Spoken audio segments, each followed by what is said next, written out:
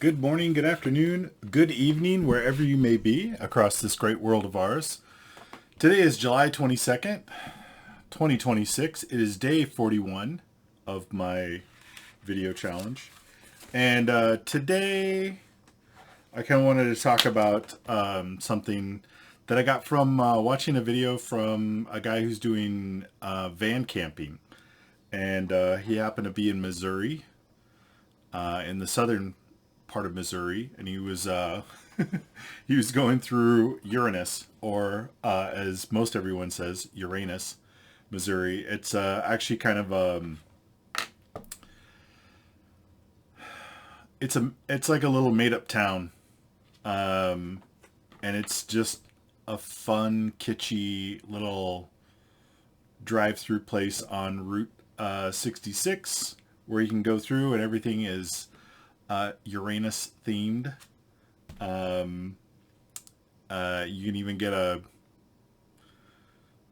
signs or bumper stickers saying "I'm having fun in Uranus," um, and there's the Uranus Fudge Factory, and so he was talking about that, and also talking about it was 100 degrees on Monday, and um, and also talking about the fact that he was really enjoying driving through Missouri and the Midwest way more than he thought he would.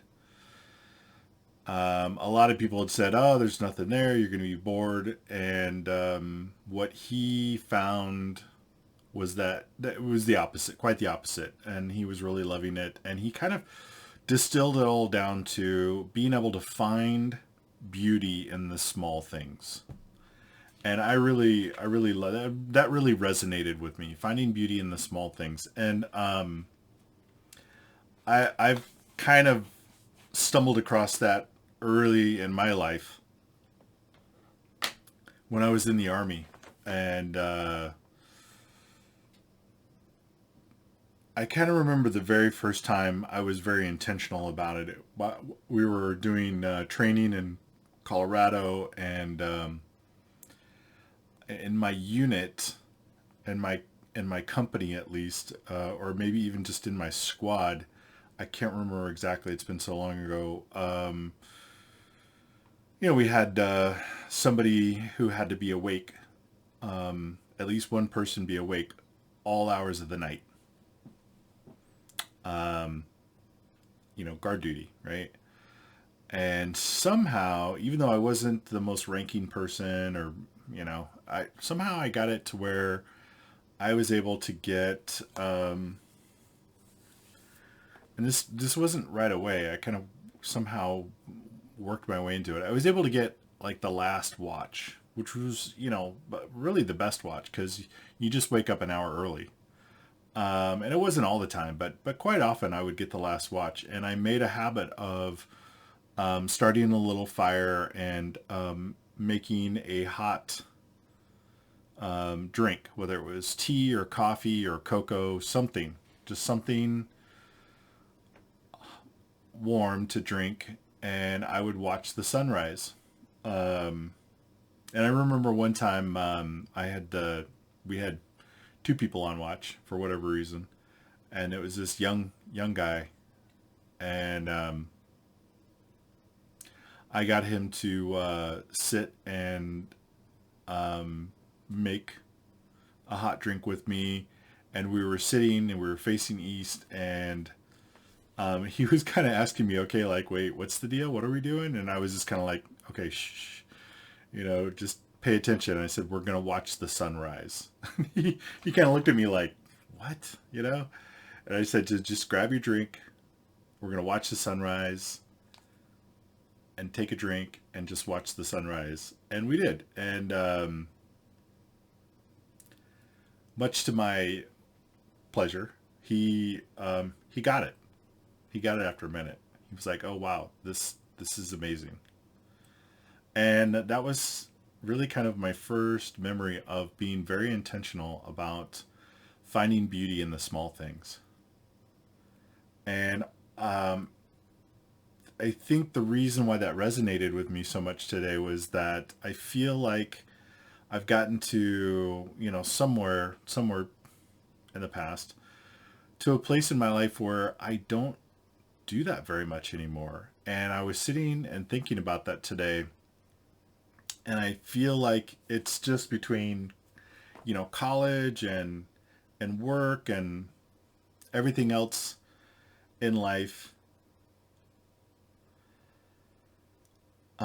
One, I'd gotten in the habit of always being in a rush, always being busy, always being in a rush.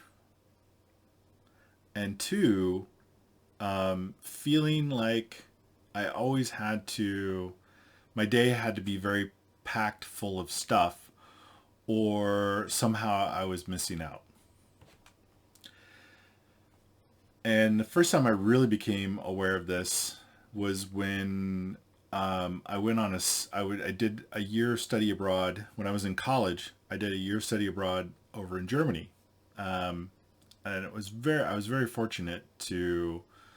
I was gonna say get chosen for that, but I didn't really get chosen. I made I made that happen. At one point I decided that I was gonna do that, come hell or high water, and I went on a tear, and I got picked for that. And my really good friend, who was right across the hallway in the dorm, and who was also in all of my German classes together, we went together, and I made sure that both of us went, and we both got picked for the same city.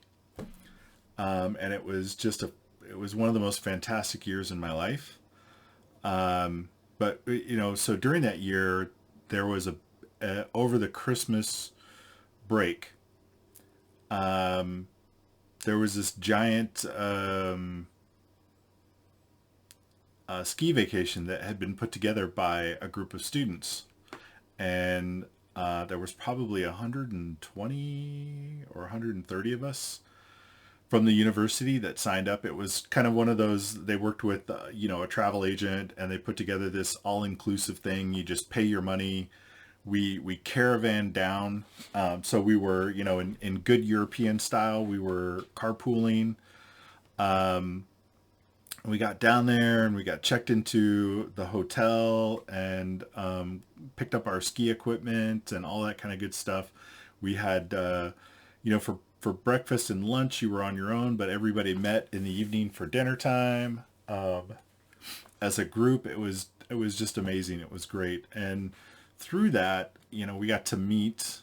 There was myself and two of the four Americans that were in that program went, and uh, at one point in time, we were talking with some of the other European students who were on that trip, and it just became, I forget the exact conversation, but it became very evident that we had a very different style of vacationing than they did.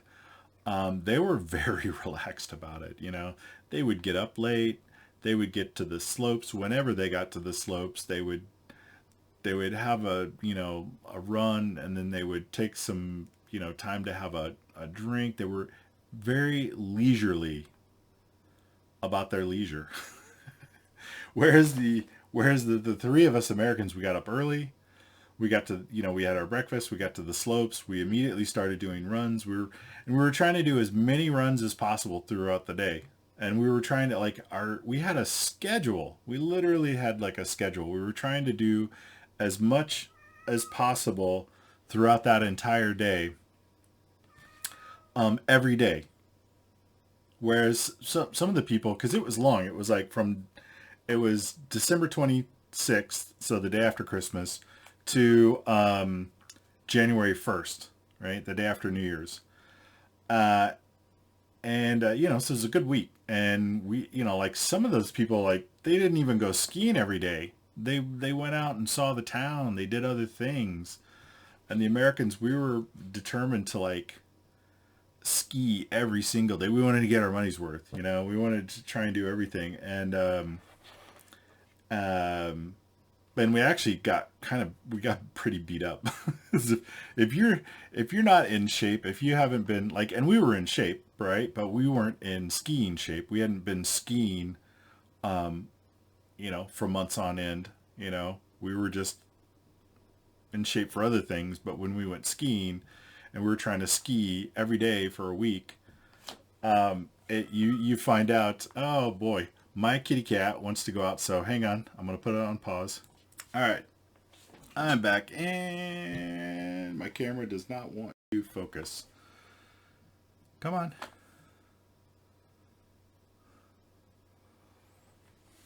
Well, so much for technology, right? Okay. Let's see if I can get it. Well, it'll figure it out. Or it won't. I don't know. So, oh man, this is going to kill me.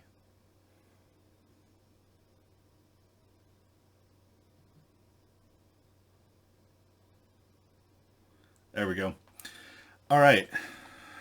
So yeah, and as I look back on my life, I realize that that's kind of been the overarching theme, not only for myself, but I think a lot of people. Certainly not everyone, but a lot of people are in this hamster wheel of get as much done in your life as possible.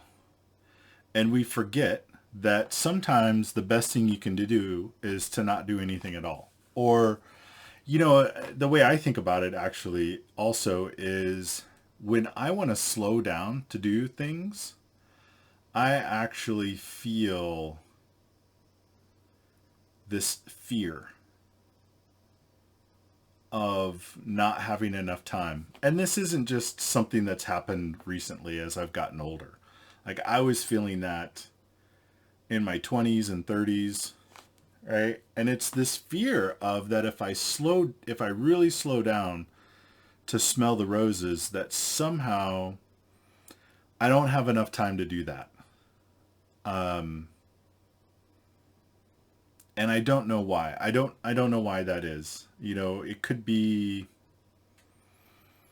I don't know, it could be a lot of different things. It could be a combination of a lot of different things, but even sitting down to think about what I wanted to say, I could feel that antsiness of not wanting to slow down. And you know what? It's really impacted things like my ability to sit and read a book. Every time I sit down to read a book, I feel like I'm missing out. I feel like it just, I feel that like I don't have enough time to sit down and read this book. But of course I do, right? And what I end up doing is something that's far less useful, a far less good use of my time. And so I fritter that time away instead of sitting down and reading that book. But I think, I think I'm going to really try to focus on this every day. Maybe kind of put on my to-do list, which is a funny thing to say. My to-do list of, for every day, take a moment. Take a moment, I don't know how long that's going to be, 30 minutes or whatever, to just completely slow down and practice feeling that trust that I can just stop and take time to smell the roses. Stop and take time to find beauty in the small things. Disconnect from the need to be doing or accomplishing or experiencing. I think a lot of it also is our brains have kind of been trained to want a lot of stimulation. And when we're not feeling that stimulation, it starts to get panicky. So I really struggle with meditating, but sitting on a park bench and looking at a bed of flowers is a kind of meditation in and of itself, right? Just being present. I think the most powerful magic, and I'm going to use that term magic, the most powerful magic you can ever master is to just really be present, not only in the moment, but in yourself, in your body, and just be with whatever is kind of like running around inside of you. And I think when you can do that consistently, it starts to settle down. Boy, there we go again, huh? That autofocus. That autofocus. Anyway, I think I'm going to leave it there. So, if you're still with me, please consider hitting the like button. It's free for you and helps me more than you know. And always remember, you are more loved than you know and far more valuable than you can imagine. Take care, and I look forward to seeing you all tomorrow.